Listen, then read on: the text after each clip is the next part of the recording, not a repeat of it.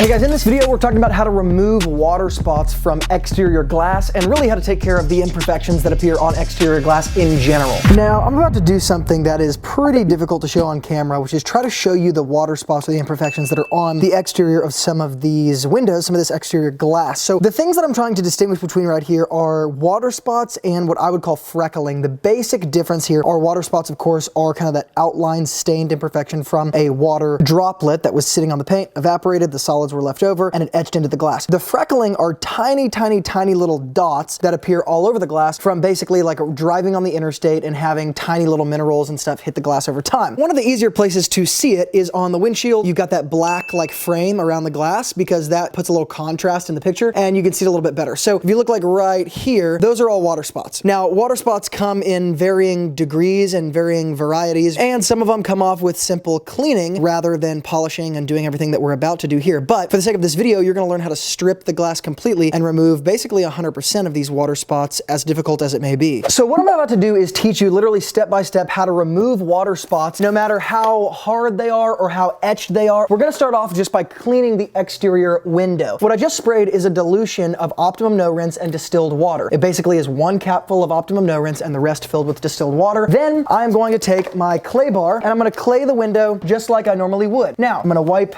down the window and move on to the next part. Now, to be totally frank, these windows are not the dirtiest windows or the most etched with water spots of all time, okay? But the reality is the process of removing the actual water spots doesn't change. So what we're doing here is going to work in literally any situation. So now that we've got this clayed, we're gonna move to the next like part of the process. And what I've got here is a razor blade, okay? These can be purchased on Amazon. These are called a glass scraper, kind of in a general term. They're not necessarily for detailing alone. They're in many different industries. A razor blade, a metal razor blade like this, generally speaking, is not as hard as glass. In other words, I can take this razor blade at an angle and I can actually scrape the glass with the edge of the razor blade, and I'm not going to scratch the glass because this is not as hard as the glass. Now, if I took it and I just banged it into the glass, I'm gonna scratch the glass and probably break it. But when I take it at like a 45-degree angle and I use it to scrape up anything on the glass, it's just going to scrape up that surface level of gunk that's left on the glass that the clay bar did not take care of. And if there's any, again, surface level water spot that hasn't yet etched into the paint, this will actually scrape it up. So this is the best way to strip glass basically down to its bare bones. I sometimes just do this dry to the glass, but a lot of detailers like to use a light mist of something like an Optimum No Rinse solution to basically give it some lubricity as you actually start to scrape. So I'm literally just gonna take this at a 45-degree angle and I'm just gonna scrape up the glass. You can actually hear that surface level stuff getting scraped off the glass. Now I'm gonna be more cognizant when I'm going around the edges here because I'm starting to hit some rubber. So this is a really great way to actually remove surface level water spots. So you might not need to do anything else. Now I'm gonna take my microfiber towel, wipe off the glass. Now before we move on to the next solution, it's important for me to give you a spoiler alert. Glass absolutely sucks, okay? So one of the reasons why I am working on glass here that's not the worst glass I could be working on is because, to be totally frank, I don't want to do more work than I have to right now.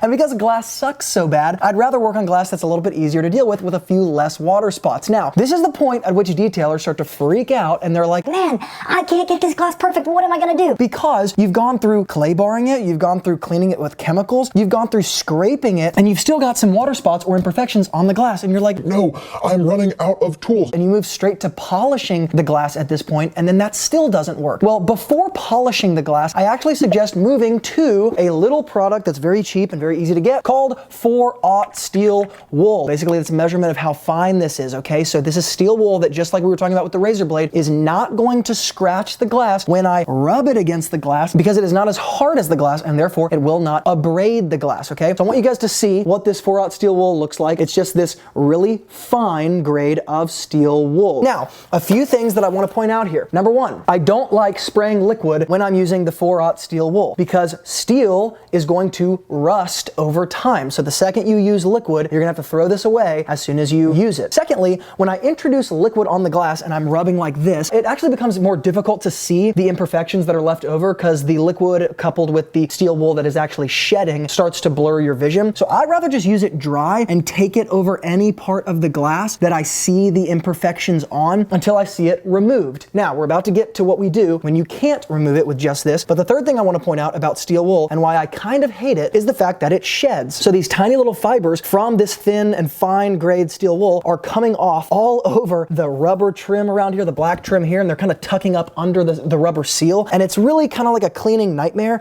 So there is actually something called 4-aught brass wool, which is the same thing as this, but it's made out of brass. And the reason why I like that, though it is more expensive, is because brass does not rust. So I'm gonna take my steel wool just like this all over. This is the point that we want to get to before we ever introduce polish or compound to try to remove water spots, because all of these, let's call them less aggressive ways, are going to be the most effective ways for you to remove, honestly, most water spots in most situations. So at this point, this glass is like as stripped as it's going to come. Now, before I do anything else, I'm gonna take my air compressor because I do not want to introduce any liquid because I've got a bunch of fibers all over here. So I'm gonna take my air compressor, I'm gonna blow all of this out.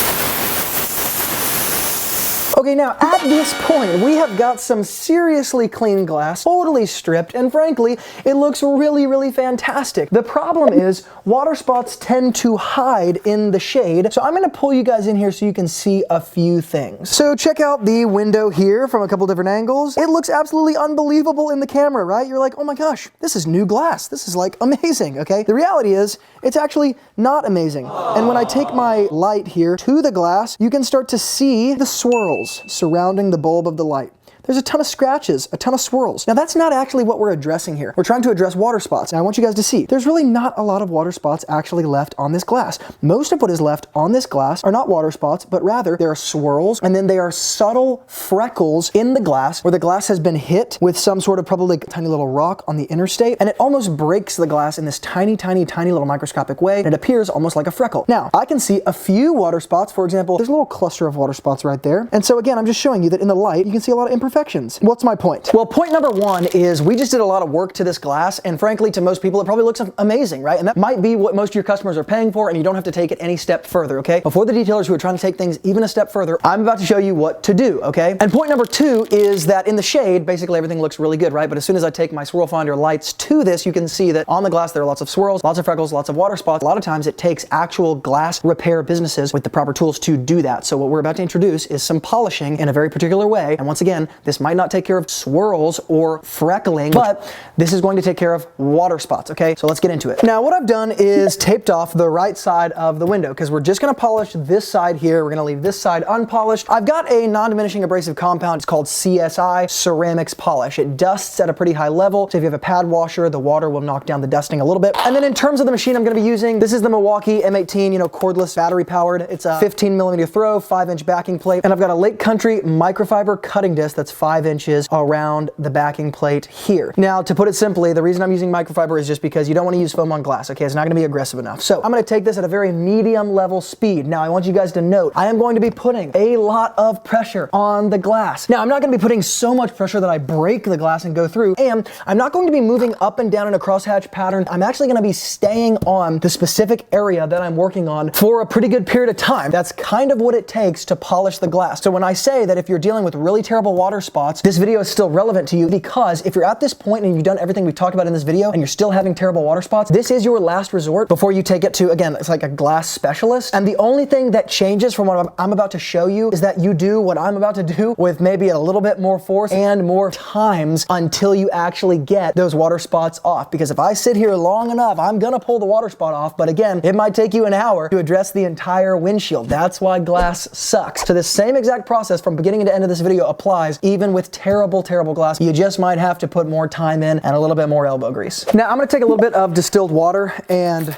spray it on my pad. This is a new pad, but in addition to that, the type of polish that I'm using here from CSI is a water-soluble polish. So I can actually use distilled water to reactivate polish if like it starts to dry out on the glass or something like that. Now you might be wondering, how much polish are you using? Well, first of all, I'm just gonna make a few dots on the pad, and I'm just gonna rub it in a little bit, because with the microfiber pad, it does actually help to prime the pad a little bit. Then I'm gonna take this, and let's just say I'm gonna do 5-ish pea-sized drops. Alrighty, you can see that. I'm gonna move just a little bit across the glass here. I'm gonna go to about a medium speed. If it's scored 1 to 6 on your polisher, then make sure to go, let's say, somewhere around 3. I want you guys to note kind of how you see my body movements here, and we'll talk about it afterwards.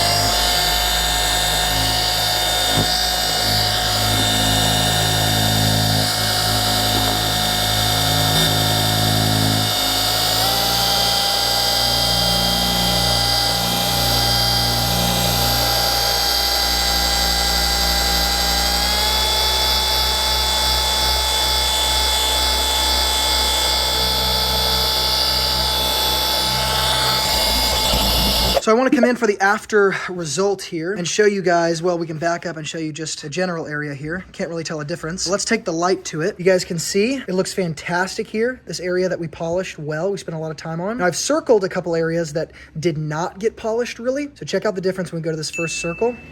See all those swirls inside of that circle? We come back out to what was polished. No water spots, no swirls. Some random isolated deep scratches at best, but no water spots and a little bit of freckling. Come down to this other area, see that cluster of swirls? This is the area that did not get polished well, okay? So you can see that along the tape border. And here's what got polished really well, all up here. Now let's go ahead and look at the side-by-side here. So here's what got polished. Here's what did not get polished. See all those imperfections, all those water spots, all that freckling? Polished. Not polished. You guys can see, once again, the difference. Water spots, freckling, swirl marks. I'm going to use another light here to try to give it a little bit more contrast here that we can see. And you can see we've got a little bit more imperfection close to the tape because we don't put a lot of power there when we're taping off. We're trying to stay away from that area. So that's why we're looking at the middle here. Very few imperfections like freckling. Move over here. And there's just tons of imperfections. Really looks terrible. All right, guys, so lesson number 1, glass absolutely sucks, and if I can avoid it, I always try to avoid it. But lesson number 2, what you saw here in this exact process is going to be least aggressive to most aggressive way to remove water spots and other miscellaneous glass imperfections on the exterior that bug most detailers because they don't know how to do it. And I would actually do it in this order that I showed you in this video to see, well, do I need the next step? Well, to see if you need the next step, do the first step because it's less aggressive, okay? So we're talking cleaning, clay bar, razor, 4/0 steel wool, then you can move to polishing. I'll hook up all the tools and products that I used in this video in the YouTube description box below so you can get access to them if you want them. Guys, thank you so much for watching. If you got some value here, make sure to hit the like button so that I know the more likes I can see, the more I know that this was some valuable content for detailers out there. And as always, from Luke here at Wilson Auto Detailing, keep working hard. Thank you for being involved, and I'll see you guys in the next video.